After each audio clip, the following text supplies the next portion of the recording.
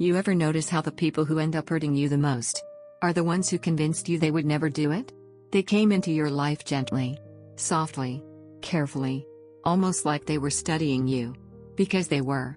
At first, you felt understood in a way you hadn't felt in years. They listened to you like your words mattered. They looked at you like you were air. And you let your guard down, because why wouldn't you? You thought you were finally safe. But the truth is, the abuse didn't start when they raised their voice. It didn't start when they insulted you. It didn't even start when they blamed you for their own behavior. It started the moment they realized your heart was open. And they could use it. And it happened slowly. So slowly that you didn't see it. A small joke at your expense. A moment where they dismissed your feelings. A shift in their tone that made your stomach drop. You learned to ignore the tension in your body just to keep the peace.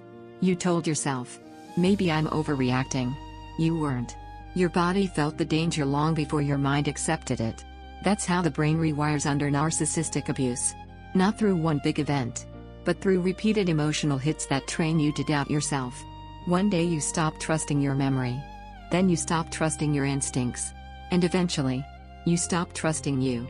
You start tiptoeing around your own emotions. You rehearse conversations before you have them. You apologize just to avoid the arguments. You become hyper-aware of their moods, their tone, their face. Because your nervous system is constantly scanning for danger. And the saddest part? You call that love. Because your brain has been conditioned to survive chaos instead of expecting peace. But here's the part you probably don't hear enough. You didn't stay because you were weak. You stayed because your brain was trying to protect you. It was adapting. It was trying to make sense of something that never made sense. It was choosing whatever felt safest in the moment. And sometimes, survival looks like staying.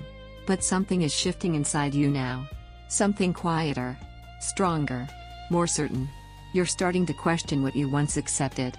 You're starting to notice your own discomfort. You're starting to hear your intuition again, the one they tried to silence. And that alone means your brain is already rewiring. Rewiring doesn't look dramatic.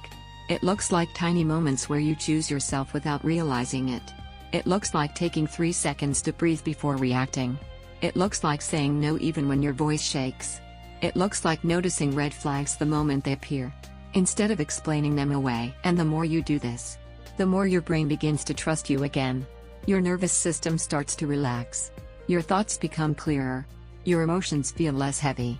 You stop internalizing their voice and start hearing your own. Slowly, gently, you return to yourself. Not the version they shaped, but the version they tried to bury. You're not broken. You've been adapting to emotional war. But now you're learning peace. You're allowing yourself to rest, to breathe, to exist without fear. And you deserve that. You always did. Healing isn't about going back to who you were before them.